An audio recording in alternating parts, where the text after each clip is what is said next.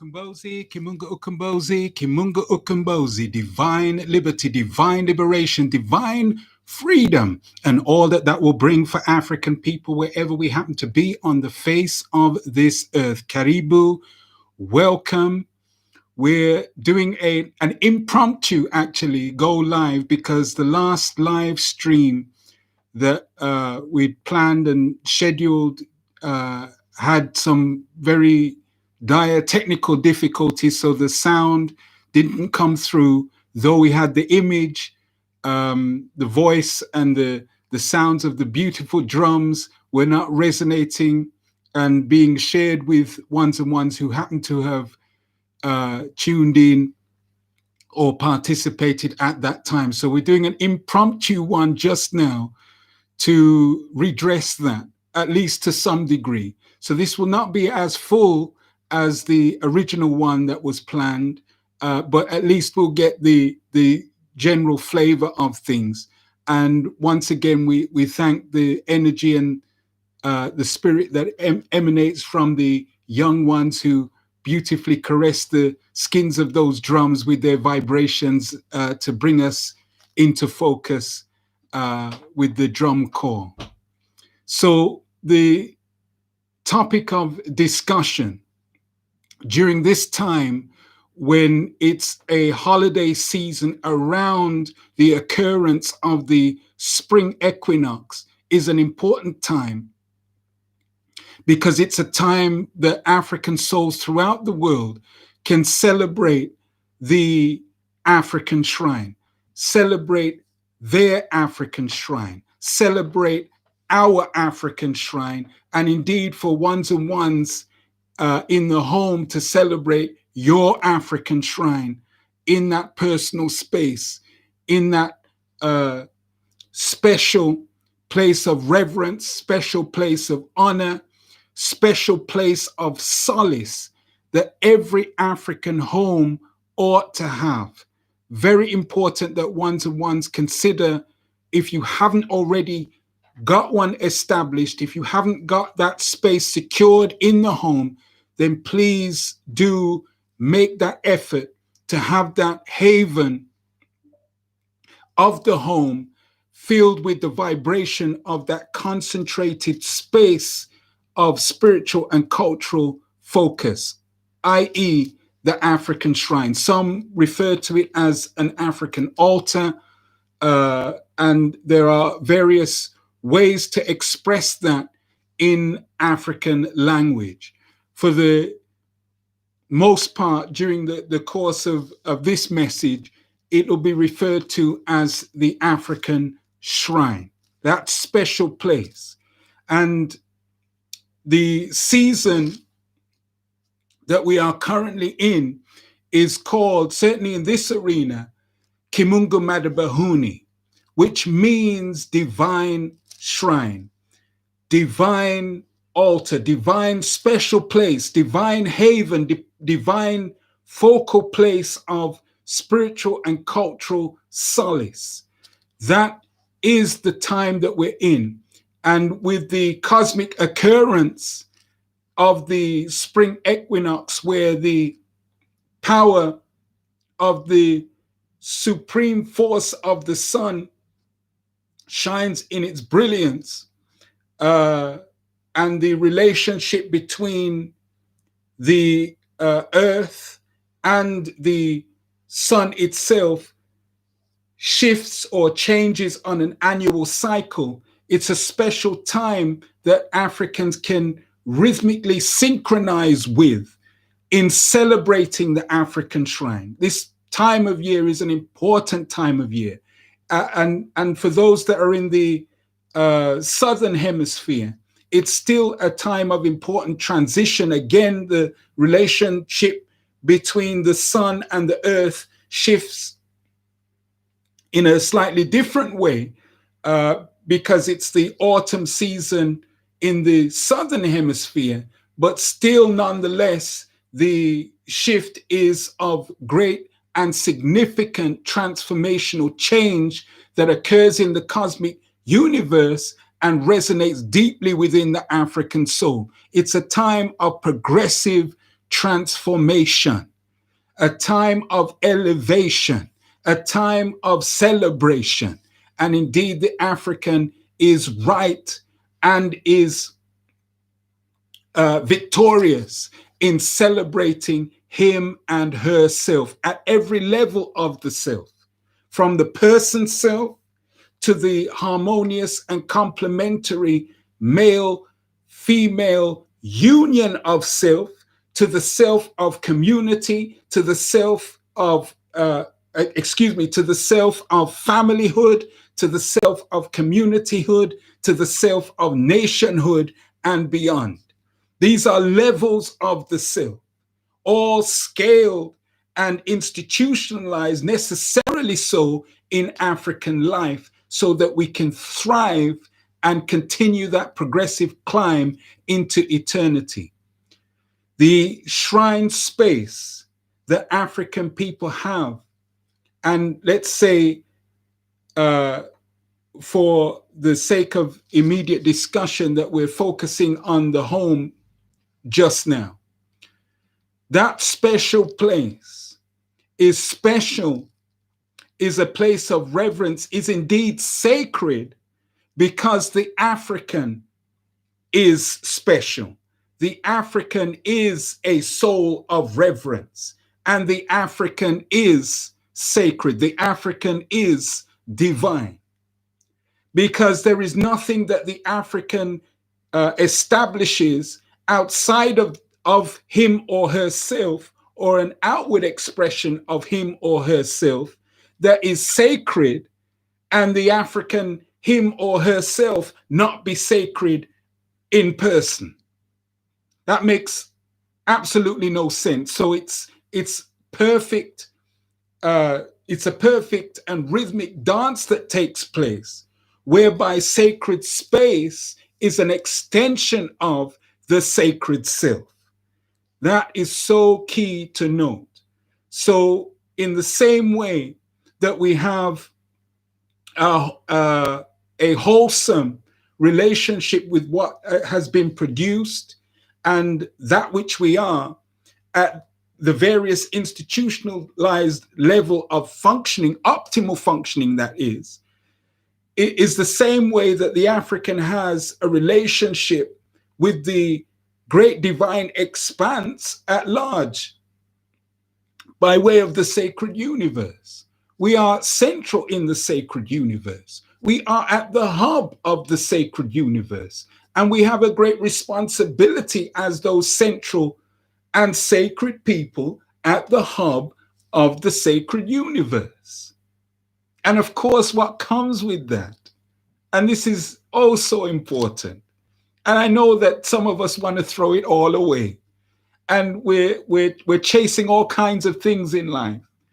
But that comes with, that responsibility comes with a level of moral uprightness, upstandingness, of order, of rightness, correct living, so that we can flourish and thrive. Else we will descend into the pit of chaos, destruction, and dire degradation. And yes, we know that the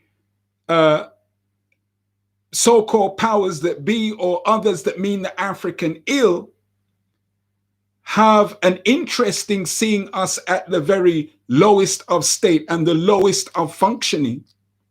But as African souls, we have to be self-determining as best as it is possible to do, to lift ourselves, to continue that rise, to continue that climb, and to safeguard ourselves in that rise, in that climb, as we continue to attain and maintain optimal functioning.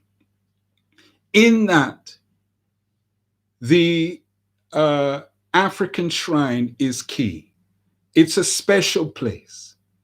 It's a place that an African soul can go to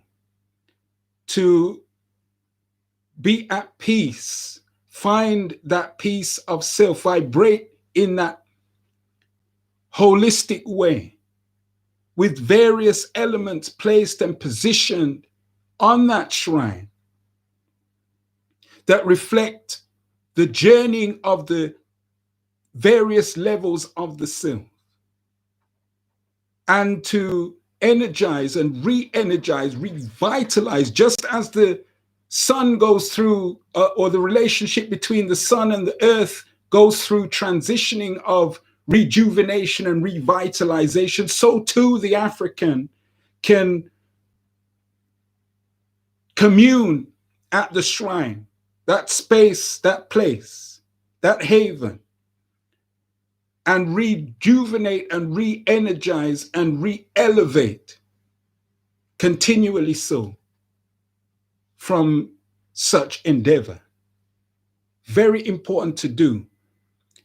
In ancient times, and even still to this day in many places in the African world, the home is designed and built with a shrine space as part of the structural design. It's that important to African life. And knowing the African way of life, living knowingness of the African way of life, is manifest in that architectural construct of the home. It's not by accident, it's by special design. It's a natural feature of what it means to be ourselves.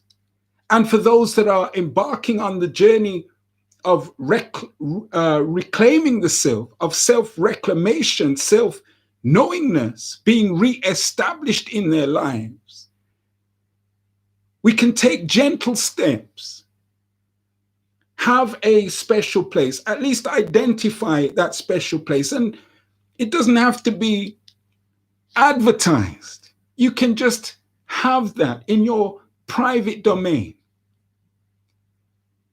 and place important items that mean something to you as a basic starting point. For a shared overall formulation or framework, you may like to place on the shrine this important symbol, functional symbol, working symbol, living symbol. This is the Kinara and the Mishuma Saba. Those that are familiar with the Kwanzaa observance will recognize this. And it's illumination with pieces of the sun, portions of the sun, that flame that comes with candle power. And it's colored in the spirit of African nationhood. And this can be a feature of an African shrine all year round, as a reminding energizer and thrust of duty and being that the African has, one African soul to the next, one ordered African soul to the next. And this is why certainly this year, the formulation of Asbuak has come to the fore. African spirituality by way of Kwanzaa. So that we have that wholeness of being within and of ourselves. We have that wholeness of living in and of ourselves, determined by ourselves. Because spirituality can't be over here somewhere and culture be over there somewhere, and never shall they meet. In the worst cases, people go into the realms of spirituality step outside of that, transform into something else to go and venture into the realms of culture. That makes absolutely no sense in African life. There's a wholeness of living, a wholeness of being that that ought to take place, that ought to be part of foundational or fundamental fabric. So ASMARC as a formulation is a basic formulation to empower that oneness between what is cultural, what might be considered cultural living, cultural substance, and that which might be considered spiritual substance or spiritual formulation, and they are one, whole, functional, accessible, easily accessible, readily accessible to every single African on the planet, and a formulation that is not restricted or confined to any one geographical space, not restricted or confined to political boundaries that may be imposed, not constrained or restricted to which area or country of citizenship an African may or may not have. And though we're not going to get into very much detail on that level, I highly recommend one-to-ones, if you're able to do some further reading. There's articles on the subject. Excuse me. There are articles on the subject that you can find at the online publication, the Wake Up Call Online, www.wakeupcallonline.xyz. The link will be in the description. So please do make use of that as a resource, and have take the time, if you can, to digest information around the notion, the formulation of African spirituality by way of Kwanzaa. And that will help for those that are making their initial steps, their first step or first rung of the ladder up in establishing and maintaining and making use of their African shrine. So celebrate the African shrine. Celebrate that special place, which is an extension of the shrine of self. Therefore, in celebrating the African shrine, we are indeed, as an African people, celebrating ourselves. Now, I'd just like to also point out that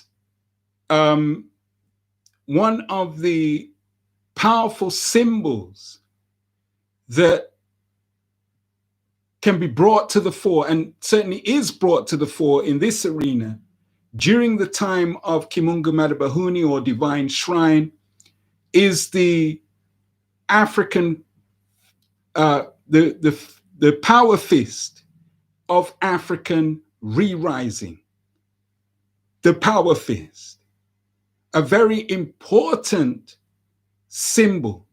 Yes, very popular in the areas of quote unquote protest, or quote unquote activism, or quote unquote resistance. Yet this very important and powerful symbol is not a recent phenomenon. It's been with us, forthrightly been with us, purposely been with us, determined by ourselves to be with us from early times. the most ancient of times.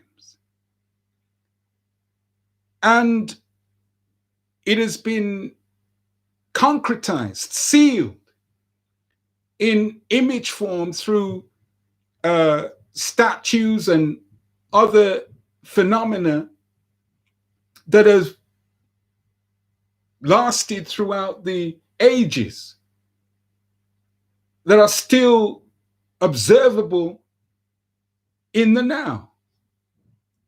And one of the most powerful examples is the ancient Nile Valley deity Heru, who is a sun deity, a sun-oriented deity, again, very key to the time that we're in, who has a posture with the raised power fist, not by happenstance, but for directive, victorious energy, prowess, honor, reverence, and projection into eternity. This is naturally a victorious deity, energizing himself, reverencing the creator as it is manifest through the sun, with a powerful posture to energize the soul. And of course, there are other body positionings that go with that. But just the power fist in and of itself is a magnificent symbol that the African can assert from the body of self, knowing that it is grand inheritance of victorious living that has been with the African from the most ancient of times. So raise that power fist and raise it in the celebration of spiritual and cultural living for victory. Raise it for spiritual and cultural victory of ascension. Whatever endeavor we are in, whatever pursuit outwardly we have, whether we are engaged in entrepreneurship or whether it happens to be in terms of building physically or otherwise, whatever the focus, whatever the drive, whether we're learning, whether we are quote unquote professionals, whatever the sphere, know that this is grand inheritance. Know that this is an energizer of the soul in harmony with functioning in the sacred universe at large, that is an inheritance to claim.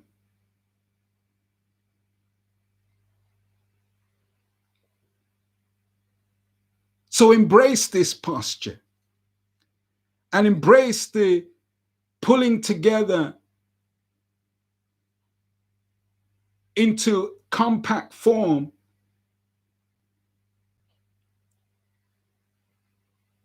of that power force. African souls are a special and powerful people. And as such, African people have special and powerful symbols, whatever they happen to be. Let us use our strength. Let us use our determination. Let us use that innate traction, substance of being to elevate ourselves to the maximum degree of our potential and the maximum degree of our capabilities.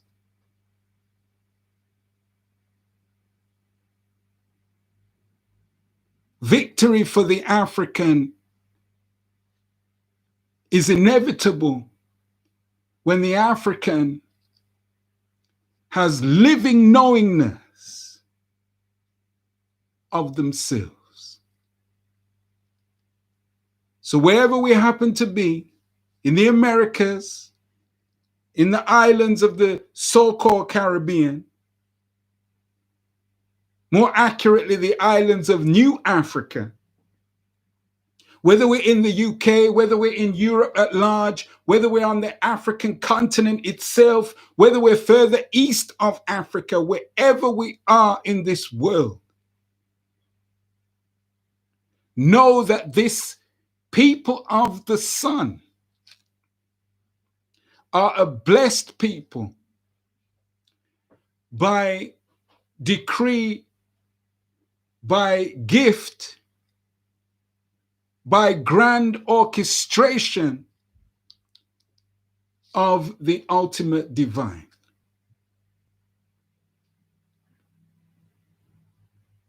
So I hope this will help ones and ones during this time of the spring equinox as we continue to celebrate the African shrine of self, and those special places that are considered physical African shrine spaces, sacred spaces by extension. And wish all souls out there a grand and special, and albeit for many that we're in a quote unquote lockdown due to the purported virus afflictions, C-19. So be safe, be well, and celebrate the wonderful and magnificent African shrine. Kimunga Ukombozi, Kimunga Ukombozi, Kimunga Ukombozi. Divine liberty, divine liberation, divine freedom, and all that that will bring for African people wherever we happen to be on the face of this earth. And we'll close out with the vibrational energy of the young ones who brought us in, and how magnificently and wonderful they brought us in. We're going to depart with their vibrational energy once again. Okay.